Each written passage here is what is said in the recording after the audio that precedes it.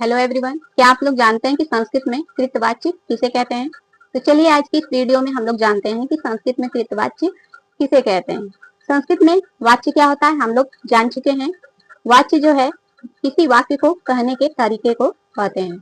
और संस्कृत में जो वाच्य है 3 प्रकार का होता है, कृतवाच्य, कर्मवाच्य और भाववाच्य। और चलिए जानते हैं कृतवाच्य। कृतवाच्य में क्या खासियत है?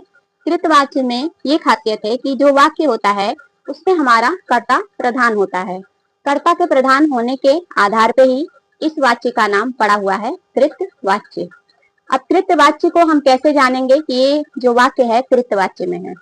तो जो कृतवाच्य है इसमें महत्वपूर्ण बातें हमें ये याद रखनी होती है कि जो कर्ता होता है उसमें हमारा हमेशा प्रथमा विभक्ति का प्रयोग होता है और जो कर्म होता है उसमें जो है द्वितीय विभक्ति का प्रयोग होता है।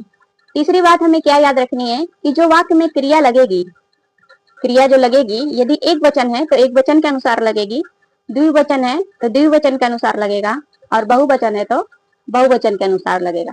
कहने का मतलब यही है कि कर्ता जिस वचन में होगा उसी के आधार पे क्रिया का भी प्रयोग होगा।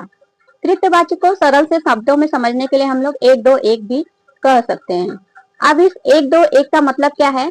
एक का मतलब है प्रथमा विभक्ति का प्रयोग, दो का मतलब है कर्म जो हमारी द्वितीय विभक्ति है कर्म में लगेगी और एक यानी जो हमारा कर्ता है प्रथमा में है तो वो क्या है, एक वचन में है, बहुवचन में है कि द्विवचन में, वो तो कर्ता के आधार पर रहेगा।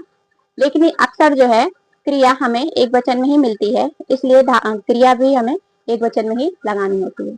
जैसे हमारा उदाहरण है रामः गृहं गच्छति और सैनिकः देशम रक्षति। दोनों में जो हमारा रामा और सैनिकः है इसमें प्रथमा विभक्ति का प्रयोग हुआ है। दूसरा जो शब्द हमारा गृहम है और देशम है ये कर्म है, इसलिए इसमें जो है द्वितीय विभक्ति का प्रयोग हुआ है। अब है गच्छति और रक्षति।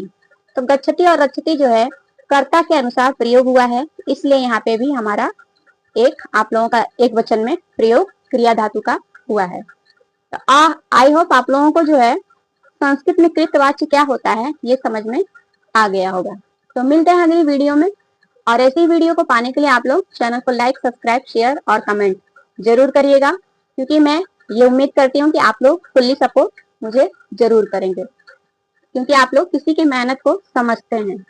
तो चलिए मिलते हैं अगली वीडियो में, तब तक के लिए आप लोग खुश रहिए, पढ़िए लिखिए, आगे बढ़िए।